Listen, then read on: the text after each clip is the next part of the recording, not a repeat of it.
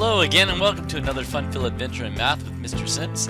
Today we're going to be doing our test incentive for test 48. So I'm hoping you're having a wonderful day, like I said, and I hope that this is very helpful for you.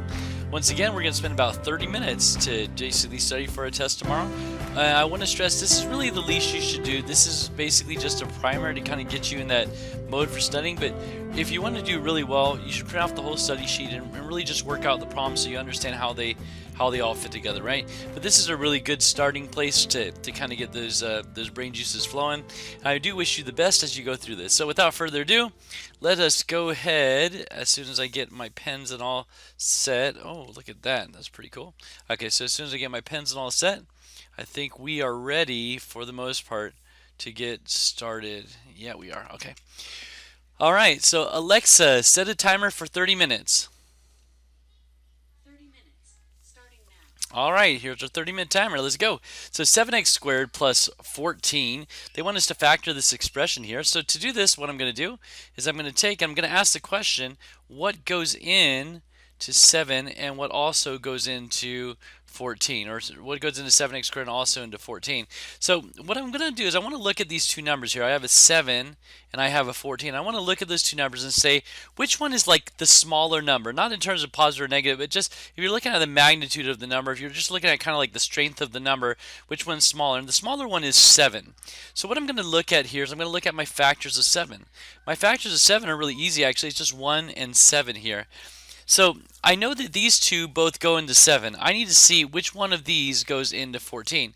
And in this case, because really we never want to really do try and factor out 1 for the most part. You always want to factor out something larger than 1 for the most part.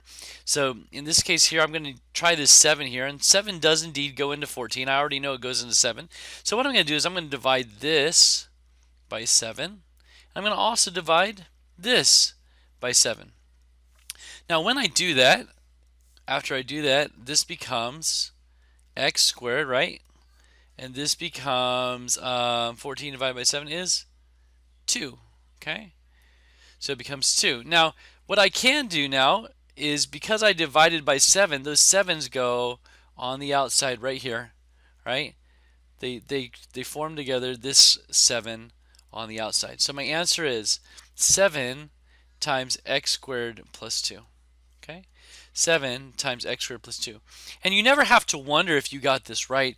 If you want to know to make sure, like maybe you want to make sure you didn't make an arithmetic error, then what you can do is you can actually just distribute that in, because the factoring is really the opposite of this distributing here. So if I distribute in, I get 7x squared, right? Plus 14. And since I got the same thing that I got up here, that tells me I probably did it right over here, okay? So anyway, once again, my answer in this is 7x squared, 7 times x squared plus 2, all right? So that's your first problem, factoring this expression. Let's go ahead and move on to the next one. This one's actually very similar to it, but it is slightly different as well. This one, the previous one had really, it was a prime number, 7 in the front, so it really could only be divided by 1 and 7, right? 6, on the other hand, has a lot of different factors. So I'm going to go ahead and rewrite my problem here. 6x squared plus 12x. And what I'm going to do is I'm going to once again look at the 6, because the 6 is the smaller magnitude of the two. So I'm going to bring my 6 over here. And I have 1 times 6 gives me 6, and 2 times 3 gives me 6 as well. And I want to find the biggest number of these factors that goes in to both of these here. So I know all of these go into 6. I need to see all of these go into 6 evenly is what I meant to say. And so I need to see which of these also goes into 12 evenly. Well, there's actually all 3 of these here would go into 12 evenly. But I want the greatest common factor. I want the biggest one that is available to me, and that is the 6. So the 6 is the one I'm going to use. So what I'm going to do is I'm going to divide by 6. And I'm going to divide by 6. And when I do that, I should get, once again, these 6's are going to move out front, right? To become the 6 out front, outside the set of parentheses.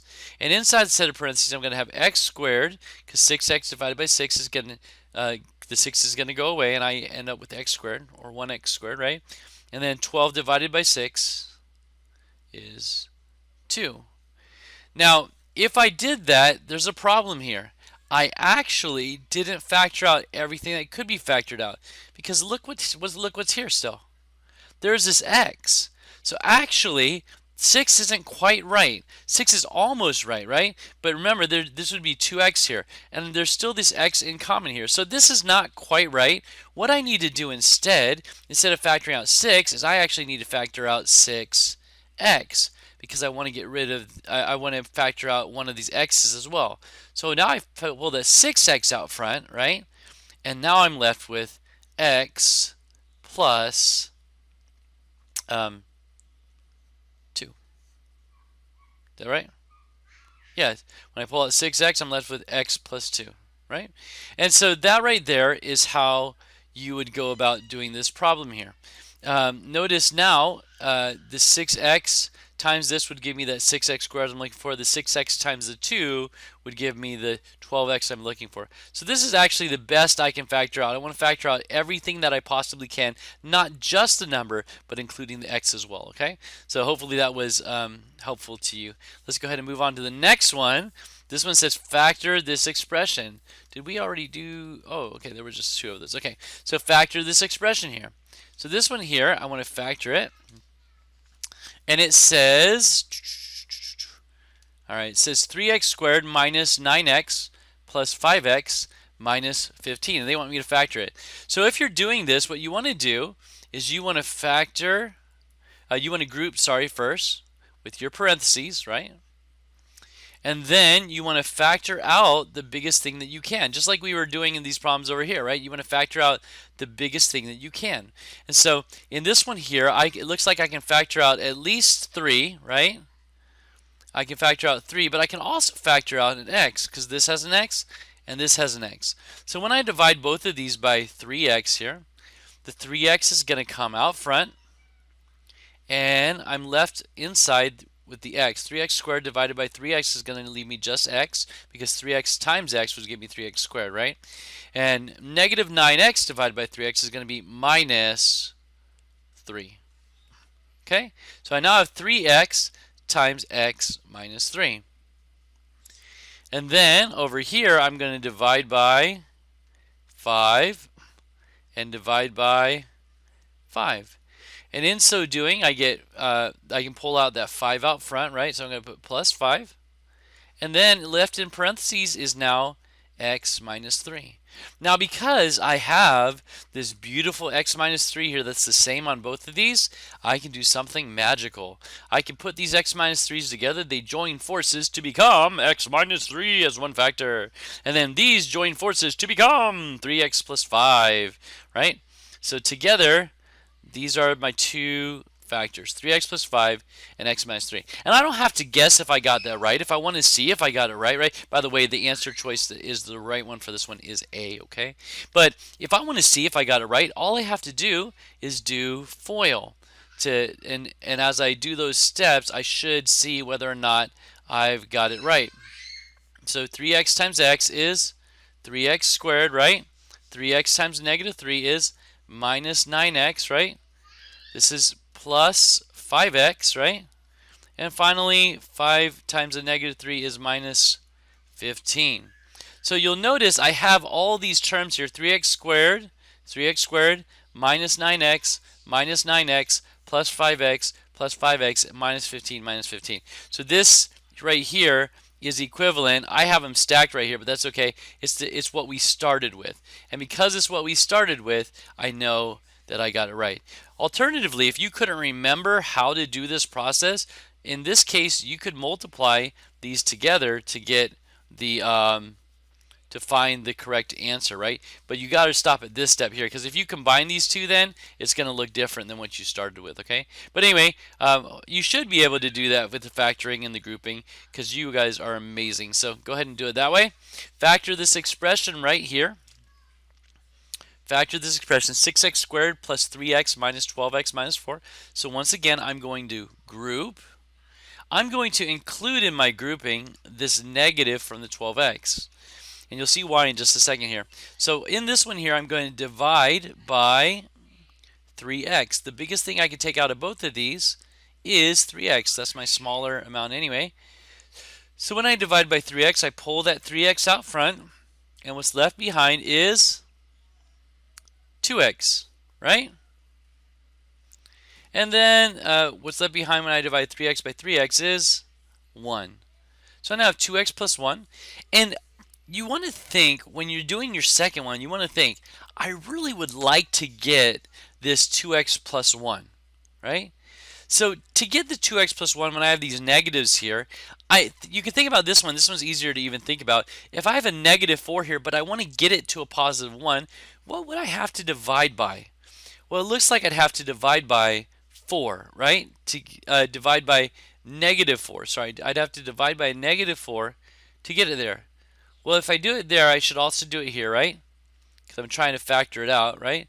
So divide by negative 4. So in so doing, what I should get is my negative 4 is out front, right? My negative 4 gets pulled out front. And what's left behind is negative, no, sorry, hold on. My brain just stopped. Is going to be 2, so hold on. Hold on.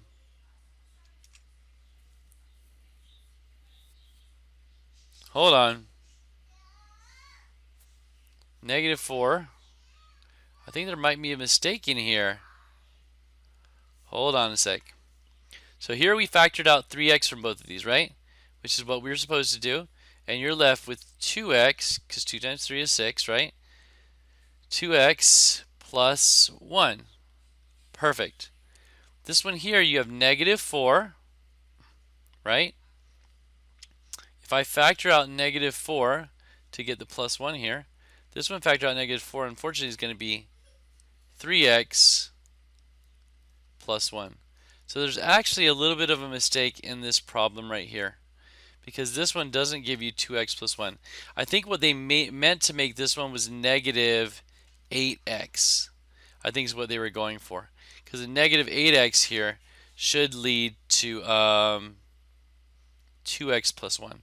Sorry, so there's a mistake on this particular problem, I think. Hold on one second. Alright, I was just double checking to make sure that I wasn't making an arithmetic error. I'm not. I think there is an error right here with this negative 8x there. And so with this particular expression, the best that I can factor, if I want to do the grouping, the best that I can factor is to, like I said, this should be a negative 8x here. So if this is a negative 8x, it works out nicely where it's 3x. Whoops, sorry. Let's do this. It becomes 3x minus 4 and 2x plus 1. Okay, so that's how you would do that particular problem. Okay, so all right, let's go ahead and move on to the next one here. All right, so let's go ahead and look at this a little bit more now. This is the next problem. The scatter plot shows the average price of a phone call, y with respect to the minutes. So the rate of change of the cost of the phone call with respect to elapsed number of minutes is blah, blah, blah per minute, and some number of dollars per minute. So essentially what they're wanting us to find is the rate of change, and that's a very key thing. Whoa, didn't want that to be so big. So they want us to find the rate of change, right? Why is that not going off? There we go. So the rate of change here is going to really be, you can think of it like your slope. A lot of times the rate of change is going to be your slope. And so the scatter plot shows the average price of a phone call, y. So this is the average price of the phone call with respect to the number of minutes of the phone call, right? So you always want to make sure you understand your graph completely. It just helps you to process it better. So once again, the cost of the phone call per minute you're on the phone call. So the rate of change of the cost of the phone call with respect to elapsed number of minutes is, or in other words, the slope of this line here is, essentially there's a line that goes from here all the way to here. Okay.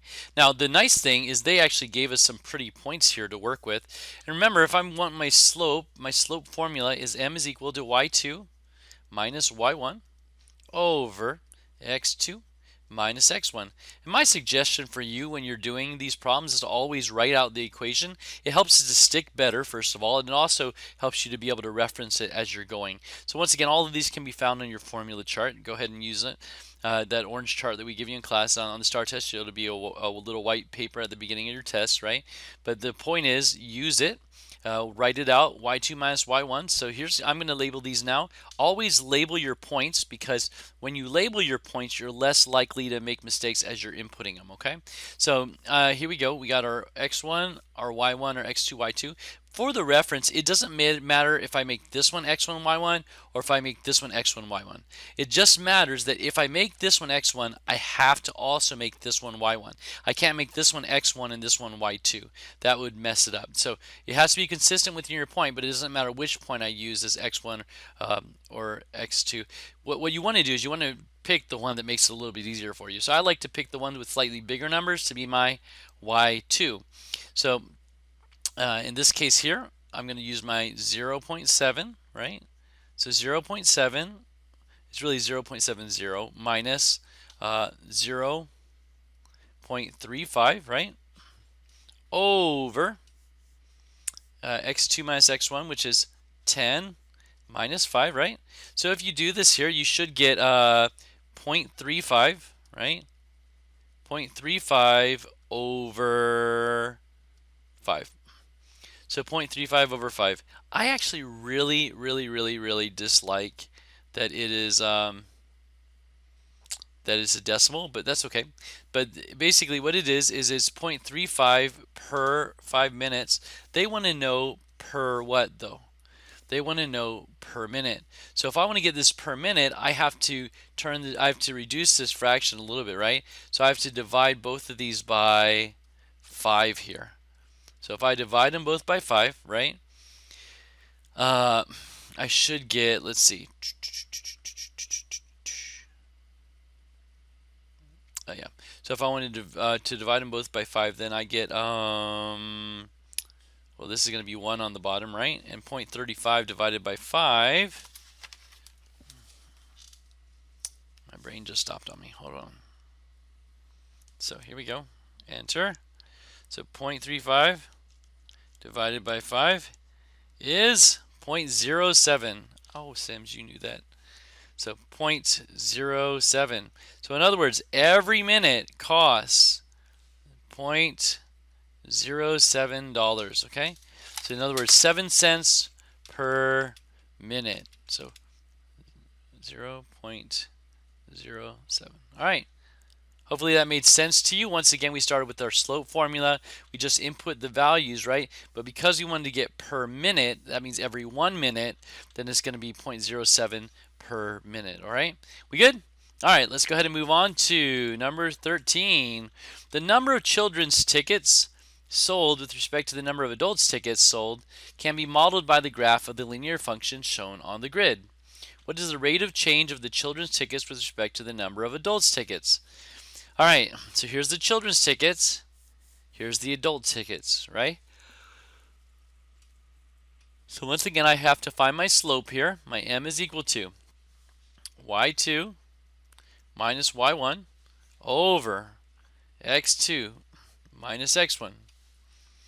And this one here is, let's see. I'm going to use some really pretty points here. I'm going to write out my points here. My first point I'm going to use, I like this point here. I could use any of these points here, but I'm going to choose 0, 140, right? There's a lot of pretty points here on the different lines. So 0, 140 is the first one I'm going to use. This one on this side here, I could use, if I wanted to, I could use this 70, 0. If I really wanted to, I could do that. Oh, yeah, why not? Yeah, I'm going to use this point here. I'm going to use this point here. Really, I could have used any of these here, but I'm going to choose to do the 70. It's better, generally speaking, to get 2 points really close to each other. But you can do it different ways, right? 70, 0. And once again, I'm just going to put it in my formula here. So I'm going to choose 140 minus 0, right? This is my x1, my y1. Oh, I'm sorry. Here in this case, since I put the 140 first, actually, this is going to be my x2, my y2. This is going to be my x1, my y1. Once again, it doesn't matter which one I choose to be x1 or y1. The only reason I chose this one is because I like to have my bigger y be my first number. That's just me. But 140 minus 0, right? Over 140 minus 0 over 0 x2 minus 70. Now, what ends up happening here is this becomes 140 minus 0 is 140, but on the bottom I get negative 70, right? And so I'm left with 140 over negative 70. Now, if you simplify that, the nice thing is 140 divided by negative 70 is negative 2, right? So negative 2 is my answer. Okay, so negative 2 is the rate of change of the children's tickets with respect to the number of adult tickets. So negative 2 children's tickets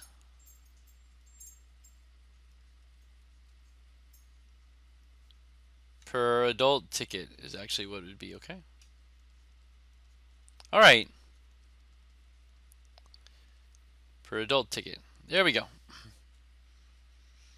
All right, so let's go ahead and look at the next problem here.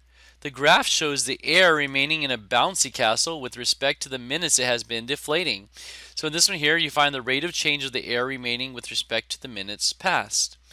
So if I look at this example, I see that I have the air remaining on this side. This is how many cubic feet of air are remaining. Here's the number of minutes it's taken for the castle to deflate. So basically they have something that's steadily deflating as it goes, right?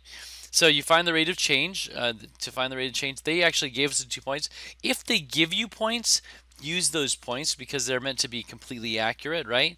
So in this case here, once my slope formula, m is equal to y2 minus y1 over x2 minus x1. So I get, I'm going to make this one my x1, my y1. This is going to be my x2 and my y2. That's just what I'm going to choose.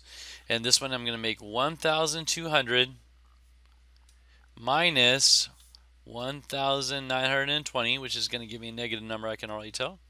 And then this one's x2, which is 2.5, minus 1. So when I calculate that out, I get 1,200 minus 920, so that's going to be negative 720, right? Over 1.5. So what I need to do is I'm going to see if negative 720 divides by 1.5 evenly. That might actually be the case. So let's see, negative 720 divided by 1.5. Yeah, it's negative 480. So it's equal to negative 480, right? Always see if you can simplify like that, right? So negative 480, which is cubic feet per minute. And the reason why you know it's cubic feet per minute is it says cubic feet per minute. Remember, it's your y over your x, right? So it's feet cubed per minute, okay? All right, so hopefully that made sense. Let's go ahead and move on to the next one. So once again, we're basically just finding slopes here. Now, they have made it a little bit uglier by throwing in the decimals and stuff like that, but don't let that confuse you. Just, do your best with the problem. The graph below shows the relationship between the number of miles y you drive with respect to the distance x that you are driving. All right, so let's see what we got here. So in this one here, you got the distance in miles, time, and h. So you want to find the rate of change. So I have the distance. The rate of change, once again, I'm basically finding the slope, right? So in this case, m is equal to y2 minus y1 over x2 minus x1, which really is equal to, let's see. So I'm going to use, let me see what points I want to use. Ooh, I kind of like this point, the 0, 0. I do like that one. I also like this 82. So I'm going to use 0, comma 0, right? I'm also going to use 2, comma 80, right? And knowing that, this is going to be my x1, my y1. This is going to be my x2 and my y2. So they want y2 minus y1 first of all. So that's going to be 80 minus 0. And x2 minus x1, which is 2, minus, what's that? 0, which is really equal to 80 over 2, which is really equal to 40. So what I have is I have a 40, and my units are miles per hour. So 40 miles per hour is the correct answer, okay? Which ends up being, in this case, B. Notice this is 40 hours per mile, but remember you have your y values on top. So the units for the y values are miles, so the miles has to go on top. So don't get confused by that. Man, they were tricky by putting that 40 hours per mile. So remember, it is 40 miles per hour, okay? All right, let's go ahead and move on to 8. Oh, I haven't even told you what to draw yet. Here's what I want you to draw. In the upper right-hand corner, make sure you have your name, the date, and the period, right?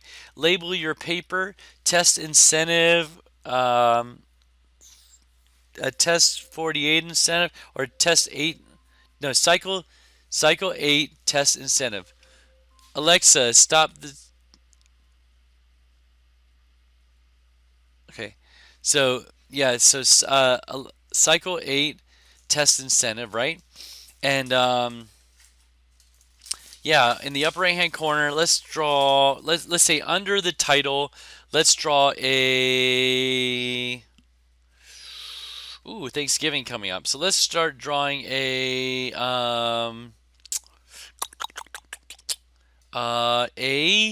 turkey. Yeah, let's do that. So draw a turkey underneath the cycle 8 test incentive. In the bottom right hand corner, write I love math almost as much as Mr. Sims. Yeah, so I love math almost as much as Mr. Sims. Yeah, let's do that. And then in the bottom left-hand corner, I want you to write a note to your teacher. Just say, I am so glad that you are my teacher, right? So whoever your teacher is, whether it's Miss Westall, say, Mrs. Westall, I am so glad that you are my teacher. Or Mrs. Morales, I am so glad that you are a teacher. If I'm your teacher, you don't have to write that for me, okay? But if you want to, feel free, all right? But the whole point is, hey, I want you to encourage them because they put in a lot of work for you guys, okay? So anyway, moving on, here we go. I think we got that problem. Let's move on to number 19. I think we can get a couple more done. The graph relates the number of miles y to hours x for marathon runners. Find the rate of change. So in this case here, what I have is the number of miles and I have the time, and these are the marathon runners, right? And they want to find the rate of change. Once again, I'm finding the slope here. So I'm going to go m is equal to y2 minus y1 over x2 minus x1. So I'm going to make this my x1, I'm going to make this my y1, this my x2, and this my y2. And the nice thing is in your calculator, this is not a terribly difficult thing to do. In fact, you can, once you set up the problem, I always suggest setting up the problem here, right? But then after you set it up, you can actually type it in your calculator and it can kind of simplify it for you so that you're not making some arithmetic errors, right? But once again, always set it up on your paper so your teacher knows what you did, right? So 10 minus 6.5, 2 minus 1.3. In this case, I'm going to get 3.5 on top, right? 3.5 over 2 minus 1.3 is sorry, 0.7, right? So I have 3.5 divided by 0.7. So what I'm going to do is I'm going to go ahead and just take and divide that in my calculator. I'm going to take and I'm going to go 3.5 divided by 0.7 because I want to see if it's just, yeah, it's perfect, right? It's 5. So in this case here, 3.5 divided by 0.7 gives me, simplifies to just to 5. So since it simplifies to 5, that's really 5 miles, once again, because miles is the x value, I'm sorry, the y value, right? So I have to use the units for the y value, which is miles per hour. Once again, the y's are on top, the x is on the bottom, so the y-axis is miles per hour for the x value, okay? So hopefully that's making sense. The graph relates the number of miles y to hours x for the marathon runners. Find the rate of change. It's 5 miles per hour. All right, let's go ahead and do another doozy that's on the test, and then I think we might call it good after that. Which best represents? I'm going to go ahead and erase this so it's not in our way here. Okay. All right. So this one says, which best represents the solution set of this equation? So in this particular equation, to find the solution set, I'm going to start by dividing by 3 on both of these, right? You know what? I'm just going to rewrite the problem first, actually, so I have more room to work with. So 3 times x squared plus 2 is equal to 78. And what I'm going to do is divide by 3, like I said, to get rid of the 3 because 3 is currently being multiplied times that. If you felt the need really quickly to distribute, I would say don't, because you're actually making it more complicated when you distribute a lot of times. And since the 3 is already out, I would just divide it by 3 and get it out of there, right? So now I just end up with x squared plus 2 is equal to 78 divided by 3, right? 78, oh, let me try that again. 78 divided by 3. That's going to be 26. So x squared plus 2 is equal to 26. Let me try that again. 26. And, oh, I didn't mean to move that off the screen, sorry. So 26. Now I'm going to take in, I want to get this x squared term alone, so I need to subtract 2 from both sides. In doing so, I get x squared is equal to 24. Now, when I get this 24 here, I have x squared is equal to 24. I know I'm going to have to take the square root of both sides because x is currently being squared. I needed the opposite so I can get just 1x, right? So I do get 1x, but remember, whenever you're solving for a variable, that's going to give you a plus or minus root if you're taking the square root of x squared, right? So I have x is equal to plus or minus the square root of 24. Now, I need to simplify this 24. Now, there's lots of different ways I could do it at this point, though I could actually simplify the square root of 24. The other thing I could do is I could look at these and say, hey, which one of these ends up equaling 24, right? I'm going to do it this way, but I want you to see that there are multiple ways to solve it once you get here, right? So don't ever just get stuck on a test and give up. Like, try and figure it out, and if you can't, move on to another problem, come back when you have a little more time, all right? But anyway, x is equal to plus or minus square root of 24. So what I need to do is I need to make my perfect squares chart, right? And I get 1 squared is equal to 1, 2 squared is equal to 4, 3 squared is equal to 9, 4 squared is equal to 16. 5 squared is already past the point I need. It's 25. So it's got to be one of these here that I'm trying to divide it by. So x is equal to, if I can simplify it all, right? So square root of 24, I start dividing it by 25. 25 doesn't go in evenly because it's bigger than it actually. 24 divided by 16 doesn't go in evenly. 24 divided by 9 does not either. 24 divided by 4, however, yes, when I divide 24 by 4, I get a number, and that number is 6. So I'm going to put that number here. The number from my perfect squares chart that I divided it by, I always put that one first. So I now have x is equal to the plus or minus square root of 4 times square root of 6. And the reason I put that one first is this. The one from your perfect squares chart is always going to be able to simplify. So what I need to do now is just simplify my square root of 4. If I take the square root of 4, remember 2 squared equals 4, so if I take the square root of 4, I'm going to get 2. Because I'm asking what times itself gives me 4, and the answer is, sorry, no more radical. The answer is 2. And here's the other thing I want to say. I got 2 square roots of 6 now. And by convention, we always put this 2 in front of the radical.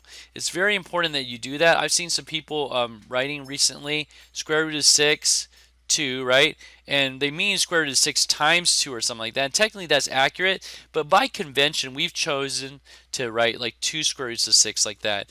And really that's a lot like our variables, right? We write 2x. You never see me write x2, right? You just don't see me do it. You might see me write x squared, but that's a very different thing than x2. We don't do that, right? By convention, we put the coefficient in front of the variable. And also by convention, we put that coefficient in front of the radical, or the whole number in front of the radical, okay? So, which best represents the solution set for this situation? The answer is Which one? C. All right, guys, that's about all the time we have tonight. I do hope that you had a fun time practicing with Mr. Sims. I always like doing these with you. And the people who have done these, if you're doing these, I commend you for just doing what it takes for you to be successful. I have noticed people who do these, they almost always pass the test. So I'm proud of you for that. Get your free 10 points. It looks nice, right? Don't forget, in the upper right-hand corner, you needed to have, so in your first name, your last name, your period, your teacher's name is probably a good one, as well as the date. Then you have the Cycle 8 test incentive, right? And what I want to stress to you is underneath underneath Cycle 8 test incentive, you should have a, what was it? Oh no, I can't remember. Turkey. Yeah, turkey. In the bottom right hand corner, you should have that I love math almost as much as Mr. Sims or something akin to that. And then in the bottom left hand corner, just say a thank you to your teacher for all the hard work that they put in to helping you. It's going to go a long way with them. It really is, because we do love helping you guys. So I wish you guys the very best. As always, you guys are amazing. And I wish you the most wonderful, wonderful testing experience. Don't hesitate to try your best, and if you ever need any questions, ask us. We're all willing to help you. I wish you the best and good luck on your tests.